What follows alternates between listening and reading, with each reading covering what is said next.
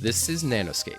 I'm Seth Zimmerman. And I'm Erin Spain. On this show, we venture into the frontier of nanotechnology with experts in the field who are turning the science of small into the next industrial revolution. This podcast is brought to you by the International Institute for Nanotechnology at Northwestern University.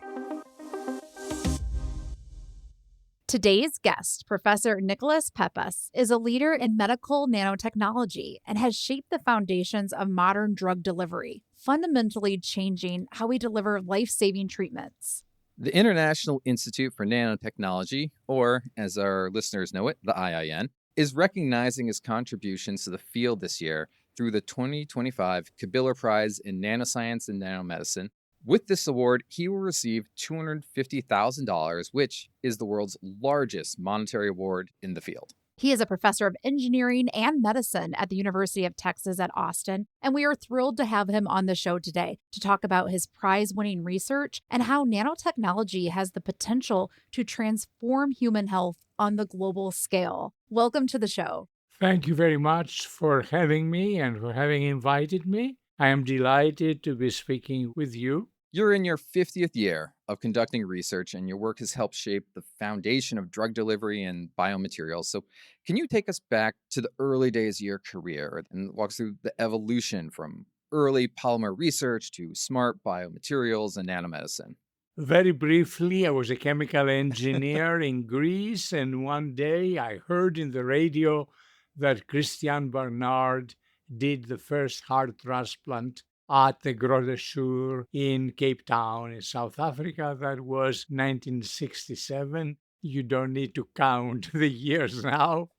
But I went back and I started looking at places where I could do the same thing or get involved in the biomedical field. I identified 2 or 3 places. I applied to MIT. I got admitted. I arrived in August of 71. Did my PhD, did a postdoctoral stage, and then after that I started at the first of 2 universities where I am. From the very beginning, I was very much interested in applying my engineering principles and chemistry and biology and physics and so on, and mathematics, to the medical field, because I was always passionate about coming up with better solutions for the improvement of the quality of life of our patients.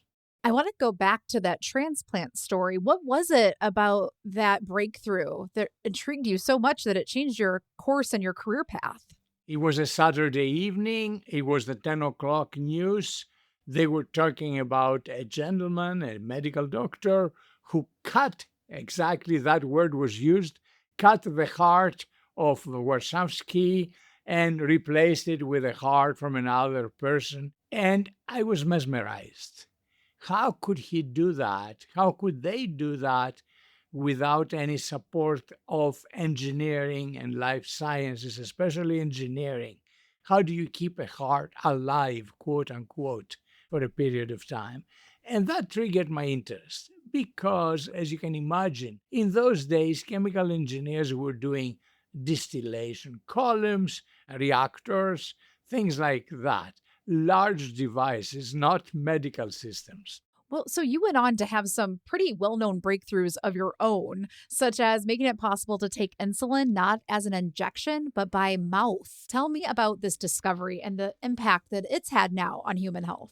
The idea of what we call oral delivery was one that developed in the 70s, when people realized that we had solutions with a wonderful discovery, of course, of insulin in 1922. That was the Nobel Prize. And then, of course, with all the applications, but they were mostly by injection. And we knew that patients don't like shots. Not everybody does. And so we started looking for other applications. The problem was that insulin is an extremely sensitive molecule. You cannot take it orally. For one thing, it will stick in your mouth. And for a second thing, it will be destroyed. What I mean by destroyed, it will not be active. So since about 1979, we started working on this idea. But there is something else that I want to stress. I believe that we work well when we are in a group of several people working at the same time. So already while at MIT, I was a classmate with another biomedical engineer who has gotten the Kabiller Award. He was the first recipient, Robert Langer of MIT. And Robert and I'm sorry for the very personal comment, we would go on Boylston Street in Boston, sit down in one of the delicatessen, have two or three beers, and we would talk about how we were going to solve the This is how problems. science is done, people. Yeah, that's it. And at that time, early times, we were not concerned FDA is going to approve it and this and that, or if we had a lot of money, we had a lot of ideas. And we were not the only ones. There were about 10 individuals throughout the world that had this idea. There are certain diseases that you treat using therapeutic agents of high molecular weight, proteins, insulin, for example, or calcitonin in the case of treatment of osteoporosis, and so on and so on. How do we do it?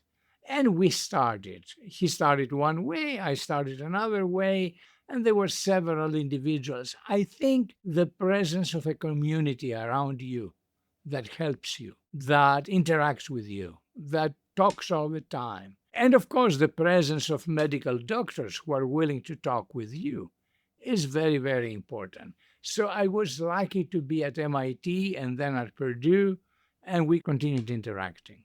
I was single. I got married a little bit late.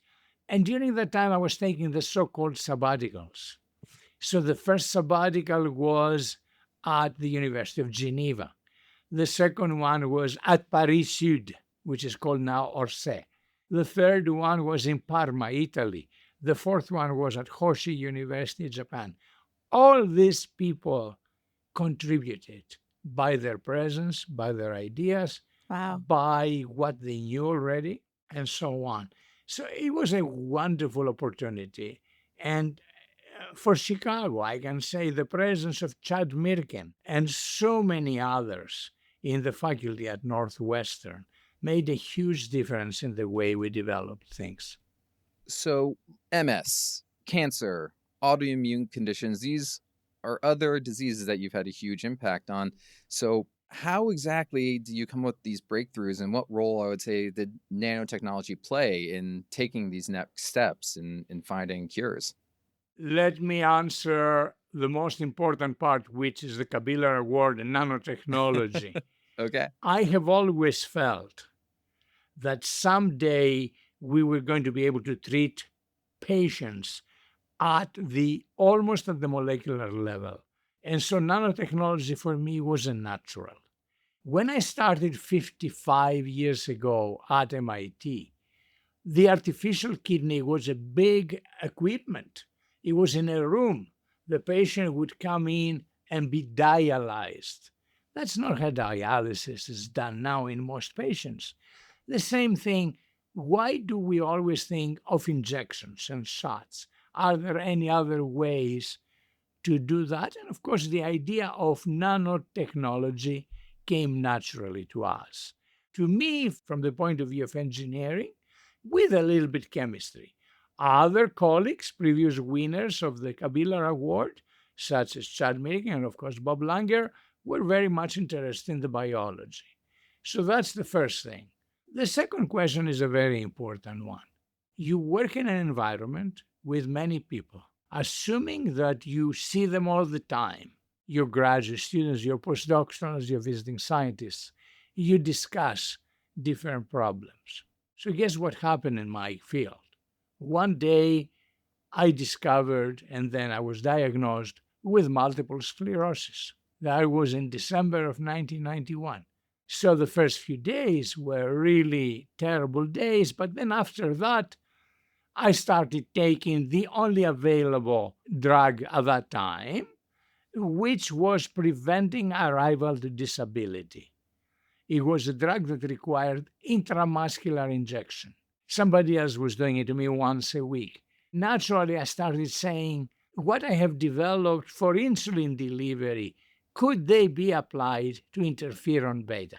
interferon beta was and still is one of the important drugs for multiple sclerosis. Parenthesis, because you asked the question. The drug slows down the arrival to disability. It doesn't really reverse everything back to the original conditions. You know, because you see me, most of the audience doesn't see me, but you see me. Thank God I did not have multiple sclerosis. I was wondering. It was A misdiagnosis. a form of misdiagnosis. I have another autoimmune disease Okay.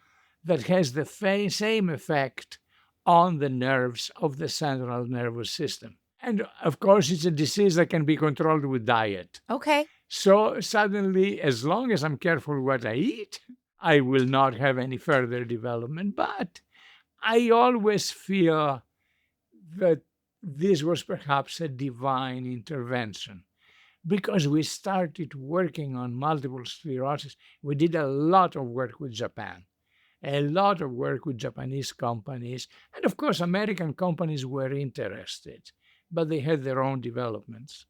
So, to summarize what I was trying to tell you, something happens in your life that affects the way you look at things. I'm working a lot on autoimmune diseases. One of these diseases is called Crohn's disease. Another one is IBD. I have had students who were suffering. My secretary 10 years ago was getting the product coming from the company, and she had to do an injection in her stomach. So, what I'm saying is, can we do something? Is there anything that we know? And never by ourselves, always calling the medical school, the pharmacy schools. What a personal journey it has been for you in science. And as you mentioned, this truly is an international effort too. And that's something to really keep in mind that, bringing all these experts together from around the world at a place like the IIN, like it's truly an international place. This is where you can really make big breakthroughs. You don't have to tell us. Was it celiac disease then? Is that what? Exactly. I It was wondering. celiac First disease. guess. And it Wow. was so funny because after 10 years of going asked the Dr. Fox, he says, has anything happened with you? It's very unusual. And I said, no, nothing, except for a dietary condition. What is a dietary condition? Celiac. When he had Oh celiac, my gosh. he opens his drawer because he was part of the first studies. Oh, And he says, you Wow. realize certain forms of celiac lead to the same characteristics Wow. as multiple sclerosis. well, thank you for sharing that very personal story. I'm still wrapping my head around that one. That is absolutely crazy how that happened. You mentioned that your students play such an important role in your work and, students who have had certain conditions, but also these students stay very connected to you. They call themselves Peppa mirrors. Is that right? tell me about these students. The term was established in 1978, not by me. I work on polymers, and they were the Peppa mirrors. Yes. So I love it. I select students who are good students, Yeah. but especially people that have a certain concern for the human being. And let's talk about nanotechnology, even in general, for the public, for citizens, and so on. And very often, I will ask them, what do you want to do? And if I hear somebody saying, I want to start a company, it's okay, but it's not my number one attraction. My number one attraction is I have somebody in the family who suffers from this disease. Can we do something better? And I explain immediately that something better may take 40 years, 30 years, but I'm willing to work on it. And most of my students have stayed very close to us, and I see them all the time. I wouldn't be surprised if there is some event this year for the 50th year, but I enjoy it. This is something that is so difficult to explain. I enjoy coming into this office and spending time looking around, seeing some of the awards and seeing my compact discs of classical music behind me, which is my other life, and being happy. And I happen to be married to a woman, Dr. Lisa Brannon Peppas, who is becoming a member of the National Academy of Wow. Engineering in October, Congratulations. and who has the same ideas, and who will say, go to your office, you're going to be happier there. I love So the yeah. students are very important, Erin. They are extremely important, and the postdoctorals. And we have students from a variety of countries. In your opinion, really, what are you seeing? What's the next great challenges in drug delivery and biomaterials, and how can these young researchers really begin to tackle them? Very, very good question. The challenges for the future are to treat what I would call difficult diseases, diseases that are especially diseases of the brain. How would it be possible to treat glioblastoma? That is, to pass the blood brain barrier, which for our audience is basically a membrane, if you wish, that protects our brain, but inside there may be cancer, for example, there may be beginning of tumor. How can you pass that and get? And that's nanotechnology, but it's also good understanding of molecular biology. So all of us who have stayed in the field, we always study molecular biology and so on. So this is one area that I think is going to be more and more important in the next few years. The second area is the area of redesigning, molecularly designing systems for delivery to the patient, especially systems that will be specific to one individual or to 10 individuals or to one group of individuals. The third area is AI, artificial intelligence. Think of what we have been doing in the last 50 years. We have been going and getting the bark of trees, that's how it started, and identifying new drugs. Or we go in the laboratory and we design new drugs. I believe that in a certain way, artificial intelligence will allow us to design these new systems that will be for treatment of a particular disease. Why? Because AI has the ability to get millions of data, information, process it. In fact, I don't hide it from you. I'm working on it a little Ah. bit right now. It's an area that we shouldn't be afraid of. Does that mean bringing in more expertise into your lab, different types of brains into your lab or It's not necessarily more expertise. There is an English word called convergence. I cannot solve the problem of cancer alone. I need chemists and biologists and biochemists and medical doctors and this and that geneticists and so on. That's where we all come together to solve the problems. For me, two of the absolutely most successful laboratories in the world are Bob Langer's laboratory at MIT, which probably has about 150 PhDs right now. And the other one is Professor Molly Stevens at Oxford University. And of course, those who have received Nobel laureates or Nobel Prizes already, Caroline Bertozzi, Francis Arnold, these are also, and Emmanuel Charpentier, they are extremely important. But I'm telling you, I look at how my colleagues with whom, quote unquote, I compete are working in the field, and it's the same idea. It's really let's apply something new to solve a particular problem. So I know we mentioned it's been several decades in the lab now, 50 years, and this is a big milestone. You still have these ideas. You're working on AI now. You're trying new things. What keeps you inspired to keep the research going, to keep teaching, to keep pushing these boundaries? It's difficult to say, and I know that someday I will become tired. I'm 76 years old right now. I think what it is the ability of a family, of a patient, or somebody to come in and say, Professor or Nicholas, I have this problem and it hasn't been solved. Are there any solutions? A little triggering statement like this makes me think in the evening, is there anything I can do? And it works that positive way. And by the way, other previous recipients of the Kabila Award, I think they have exactly the same ideas. I was in Denmark with Jeff Hubble, who got it last time. And Jeff and I were talking again, and he says, he's a bit younger than me. He says, but I still want to get into something new and something different. Yeah. So it happens.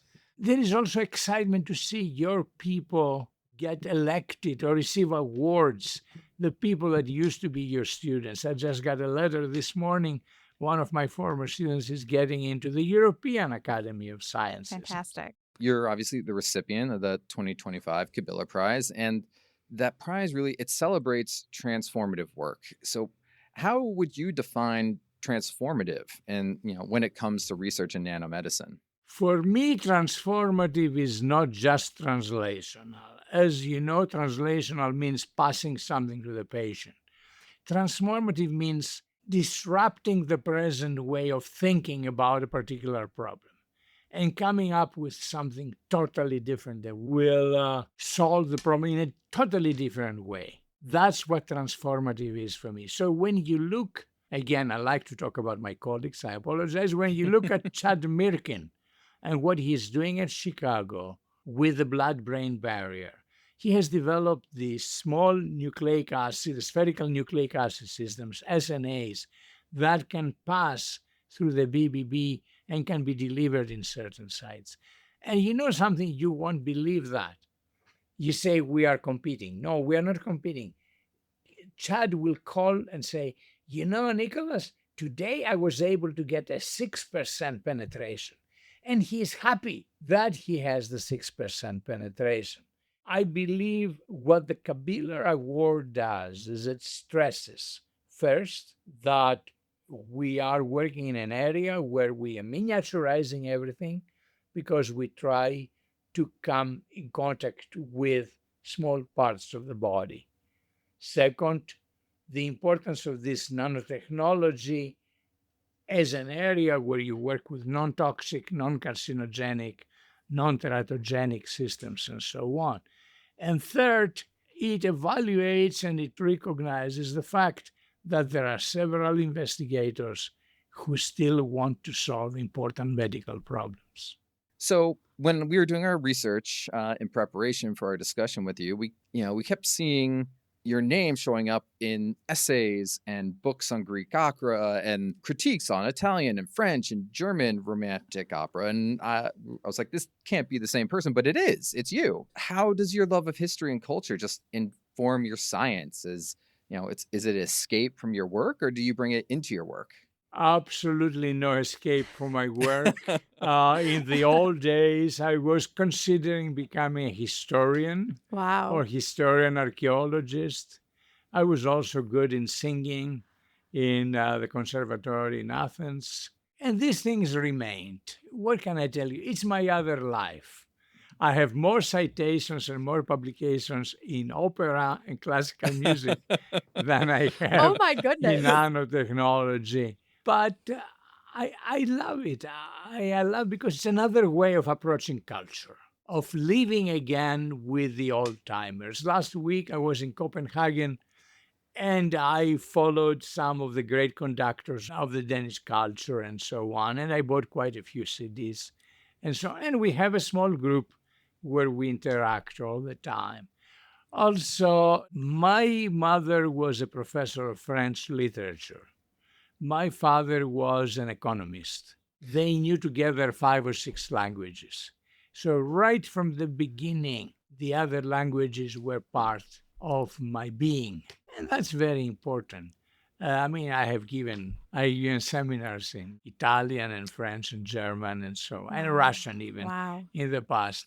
But that's not the important thing. The important thing is you come close to people and you can work in other areas. And what I cover from opera or classical music comes into my work. And to some extent, the various characters and the various stories affect me and say, we can do that. We can save Trovatore, for example, the same way that he saved in Verdi's opera. So it's my other life. You're sitting there at 10 o'clock in the evening, you don't feel like reading a paper, you turn immediately to classical music. I love that. I love that. Seth and Erin, there is something you did not ask me. but it's something that is important to me and I want to mention it. All right. Why do we do what we do? About 30 years ago, a nice, smaller at that time company in Dallas invited us to start developing a new product for them. It was something like an intraocular lens. I don't know if you know what an intraocular lens is. The lens you replace the old lens with in cataract. So we developed it and so on. The company got its patents and so on. And we were present in the first studies with that particular product. And I was there with two of my students. And of course, the doctor, they had done the operation. They had placed the new lens inside. The lady came back 2 days later. They removed the bandage. Oh my God, I can see again. Oh my boy, I can see. And there they told her, here in the back is also the inventor or one of the inventors. Wow. And she came, she grabbed my hands. Needless to say, I was absolutely very emotional. As I say, you gave me my life back. I can really see my granddaughter becoming a bride. Maybe I can see a great grandson or granddaughter. Thank you, thank you, thank you, thank you. And that moment, you realize that what you do more than anything helps people. It's not the awards, it's not the recognitions, it's really the help that you gave, the way you saved a particular patient. What a powerful story. Thank you for sharing that with us. When was that? 28 years ago. Wow. Parenthetically, the young person next to me is now vice president of that company and, Wow. and member of Wow. the National Academy of Engineering. Would you say that is that one of your favorite patient stories from an invention you It made? is one of my many Yeah. stories. Fantastic. You're still telling it after all these years. Clearly, it meant something to you. It's Oh, stuck yes. around. Yes. So you're going to be speaking at the symposium on October 15th. Without giving too much away, what can we expect from your lecture? A few sage words about what you can do for the field with an emphasis towards the students and the postdocs. Basically, look at us. You can do the same things. We did not start rich. We didn't have all the solutions and so on. But also, with permission, I will probably give my first studies on blood-brain barrier and so on, and also some other studies that I'm doing. Little vignettes so that people can really appreciate it. This conference is an extremely important conference. I have attended it twice already, and I gave seminar once. And every year they invite the best of the best. This year there's going to be a Nobel laureate. There are going to be the two other recipients of the awards. And there are going to be some really wonderful medical scientists that will address certain aspects, different aspects of the field, all of them nanotechnologists. I think you gave a good preview there for why people should Oh, come yeah. and get a preview of some of your important work that has not yet been published. That's very exciting. I'm going to hit one also just October 10th, right around Symposium Day, National Nanotechnology Day, which is inspired by the nanometer scale itself. Was it 10 to the ninth or 10 to the negative ninth? What do you think the public still misunderstands about nanoscience? And what do you wish more people knew about it? I wish there were people like me that would go in a very simple way and tell the public in churches, in clubs, and so on, what nanotechnology is in the simplest possible way and what it can do for them. I remember 25 years ago, I was worried that the nanoparticles would be inhaled in my mouth and they would be deleterious. And there are many people who believe that still now. So I think we need to have a better interaction with the public. And I come with another view also. There are no stupid people out there. Everybody cares, no matter how little knowledge they have had, no matter how little education they had. Talk to them in a simple way and make them understand that there are better solutions. So that's what I think I want to see the Nano Day do that, October 10th. Allow us to talk more openly to people. If we have time for one more, if you're okay Yeah, with it. please. Okay. Do you see a future where materials are customized and it's basically not just to the disease, but really to a person's genetics or their specific immune system? What a nice question. I mean, I'm thinking immediately of AI, and I said, Yeah. yes, Yes. there is a future. I personally think that we will come very close to that level. But it has to do also with various other factors. How the various governments will respond, how the people will respond when they vote. Will there be enough money to support some of these new ideas? But at home, I have two young kids still. One is 25 years old and the other is 21. And with the 21, who is a senior now at Carnegie Mellon, we are spending a lot of time asking that question you just asked and trying to answer it. And basically, what Alexander you will tell me is, Daddy, you think that all the solutions are on AI. They are not. There are certain things we will not be able to solve. So I am cautiously optimistic, but things may change. Who knows? Great. Well, Nicholas, thank you so much for being on the podcast today. It was a pleasure to interview you, and congratulations again on this prize. Thank you, Erin. Thank you, Seth. Thank you very much. Thanks so much for listening. This podcast is brought to you by the International Institute for Nanotechnology at Northwestern University. Be sure to follow this show on Apple Podcasts or wherever you listen to podcasts, and be sure to give us a 5-star review. For more information about IIN, go to our website, iinano.org/podcast.